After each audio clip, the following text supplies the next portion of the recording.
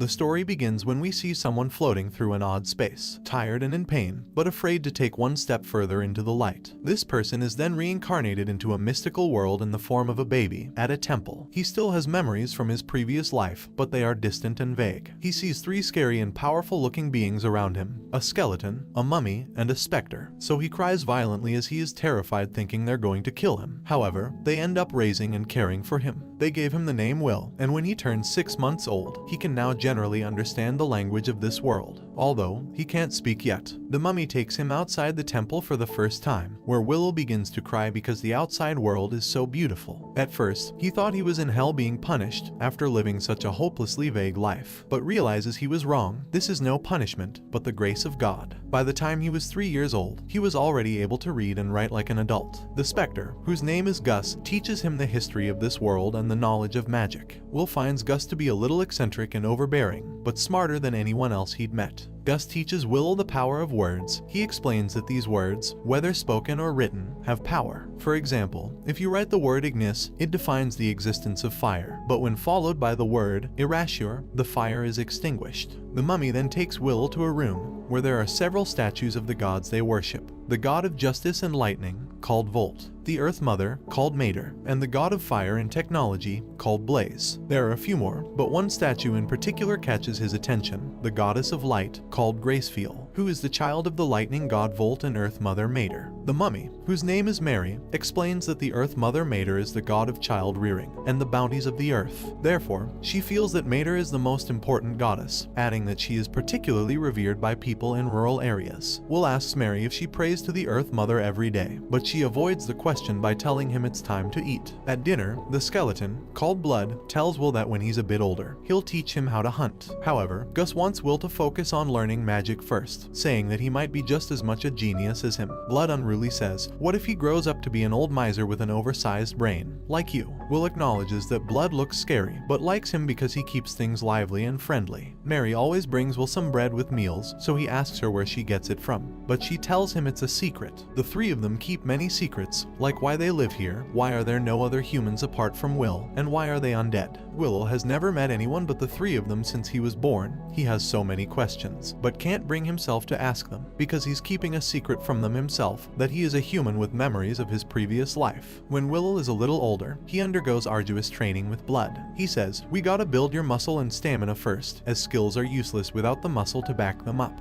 Blood also teaches Will swordsmanship and how to hunt in the forest. Gus teaches him magic. He is working on his pronunciation, telling him that words have fluctuations, and that no one can say a word in exactly the same way twice. Gus says he'll start by learning how to use minor magic skillfully and accurately, but needs to try his best to get by without using it. Will asks him how, to which Gus says, money. Will asks how a ghost can be such a money worshipper, but Gus says that money is important, as it is what drives this world. He says with the power of money, you can solve anything without magic, and goes into a fit of excitement, thinking about counting gold coins. Mary teaches Will the knowledge of other races. She tells him that the three of them used to be humans, but before they died, they clung to powerful emotions that led them to form a contract with the god of the undead. The next day, Blood tells Will it's time he started some real-life training, as he's almost 8 years old. Will says, "If I take a hit with your ridiculous strength, I'm dead." Blood says he'll be fine, and tests Will with a duel. Will can use a combination of magic and swordsmanship to put up a good fight with Blood. He uses the power of the words well, but due to his lack of combat experience, he's unable to defeat Blood. Blood says he's got a long way to go, but frankly, he is surprised at how well he is progressing. Will then learns that Gus was once hailed as the Wandering Sage. He's exterminated monsters, calmed raging rivers, and rediscovered ancient languages. Blood was once known as the War Ogre, and Mary was known as the daughter of Mater. Although they're undead, Will considers them his family. Blood is his foster father, Mary is his foster mother, and Gus is his foster grandfather. One day, when Will returned from training, he sees Mary bringing a piece of bread from a room.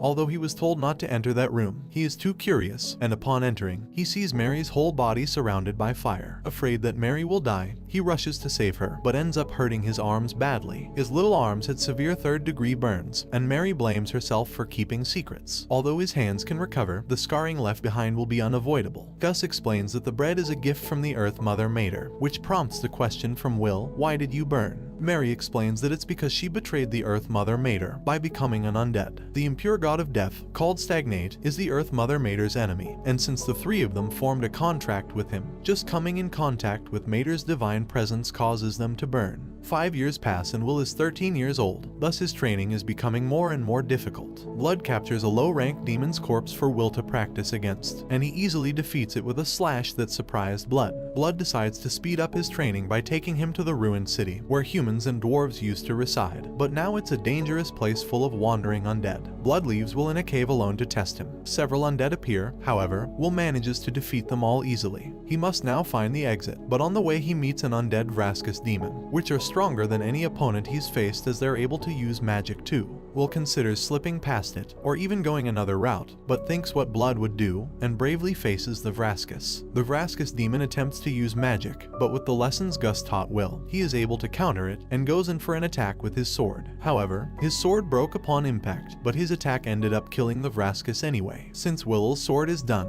he picks up the magic spear from the undead he just defeated, which was made by dwarves. Gus then appears with a blank expression on his face, and uses his words to summon a golem to fight Will. However, Will defeats it with ease, but is confused to why Gus is trying to kill him. Just as Will is about to kill Gus, he stops, and says hurting you would make me feel worse than dying myself. Gus then apologizes to Will, and says he took that lesson a bit too far. Will is shocked that Gus is trying to pass it all off as a lesson, but doesn't say anything and they return to the temple. Will notices Gus hadn't brought up the incident at the cave, and thinks there must be a reason why he won't talk about it, so he decides not to tell Blood or Mary. Gus then has a private conversation with Will, and tells him that Blood is going to challenge him to a serious duel. Gus wants Will to find a way to lose the duel in a way that Blood won't notice. Will wants to know why, but Gus won't give him an answer. Will becomes extremely frustrated with Gus, and tells him that he can't help him with the duel, adding on the way out, "I'll pretend I didn't hear a word of what you just said."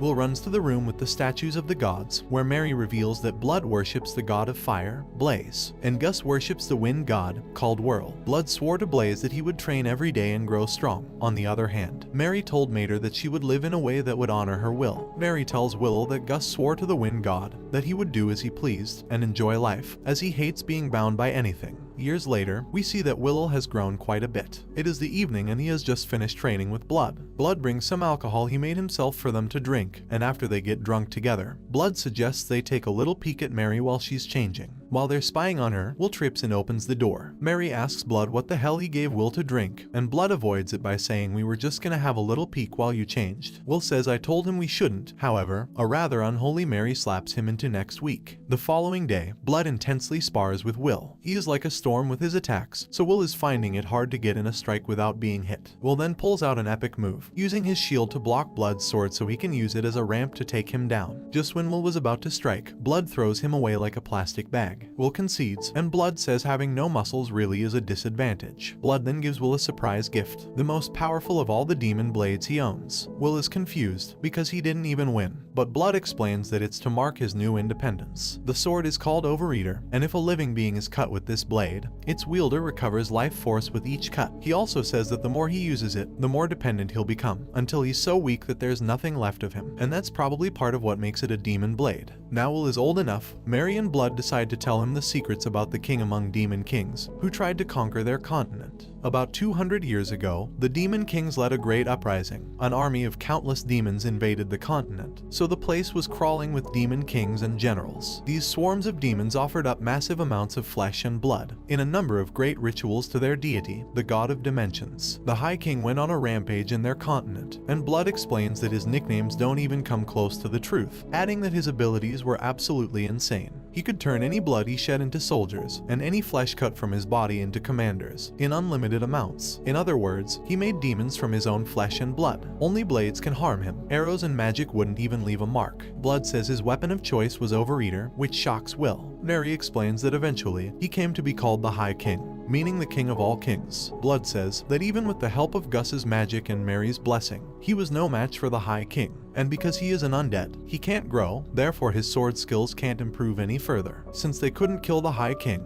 Mary and Gus placed a seal on him, and the High King was sealed deep beneath this land. We then discover that Gus, Mary, and Blood are bound to this city by their contract with Stagnate. If they agreed to join his army of undead, he'd kill all the demons that were in the city and allow them to defend the seal in their immortal bodies. Will figures out that he was meant to be a sacrifice to break the High King's seal. However, after the demons that brought Will to them were slain, they decided to keep him and raise him like one of their own. They thought humanity had gone extinct, but the fact that the demons were able to bring him there means there must be a place inhabited by humans close by. And so, Will now knows why he is there. He's about to head into a nation of people who survived the Great Uprising. A few moments later, Mary and Blood tell Will they love him and how he is a strong, clever boy. Will is confused to why it sounds like they're saying their last goodbyes. Then all of a sudden, a demonic portal opens up in the sky, and out comes the infamous High King. He asks if they've said their farewells, as he's here to take the souls of Blood and Mary. Will is paralyzed so he can't even move, but just then, Gus appears. He tells Will to take Blood and Mary and get out of here, declaring that he is going to stop the High King.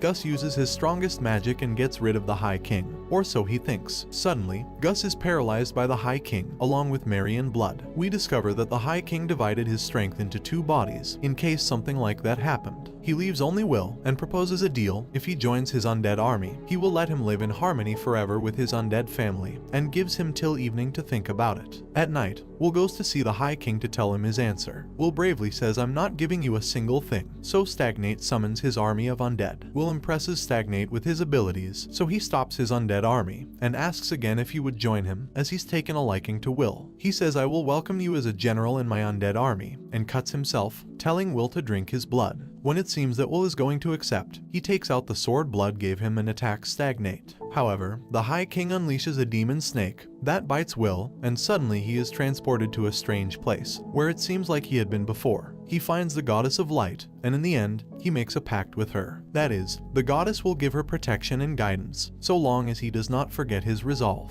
Upon waking, Stagnate is disappointed that he made an oath with Gracefield, as he hoped Will would join his ranks. The undead attack Will, but they are no match for Overeater. Stagnate suddenly disappears using the cloud of dust, and Will is left wondering where he went. Gracefield then appears and faces Will in the direction of the temple. Will then uses his accelerate ability to get over there as soon as possible, after realizing that the High King is after Blood and Mary. When Will arrives, the High King is just about to kill Blood. Will tries to stop him but knows he will not make it in time, but suddenly, a goddess appears who Will doesn't recognize, and after saying goodbye, he realizes that the Earth Mother never hated Mary for accepting Stagnate's deal. Mary starts to cry, and at that moment, Stagnate casts a lightning spell at Will, but he stops it with his magic and takes advantage of this opportunity to charge with his sword and begins to hit Stagnate with a vicious flurry of attacks. Will ends up defeating the High King, and after we see him vanish completely, everyone is very excited and congratulates Will. However, when they're about to leave, Mary and Blood fall to the ground. They tell Will that since they lost their attachment and denied selling their souls to Stagnate, their time has come to an end.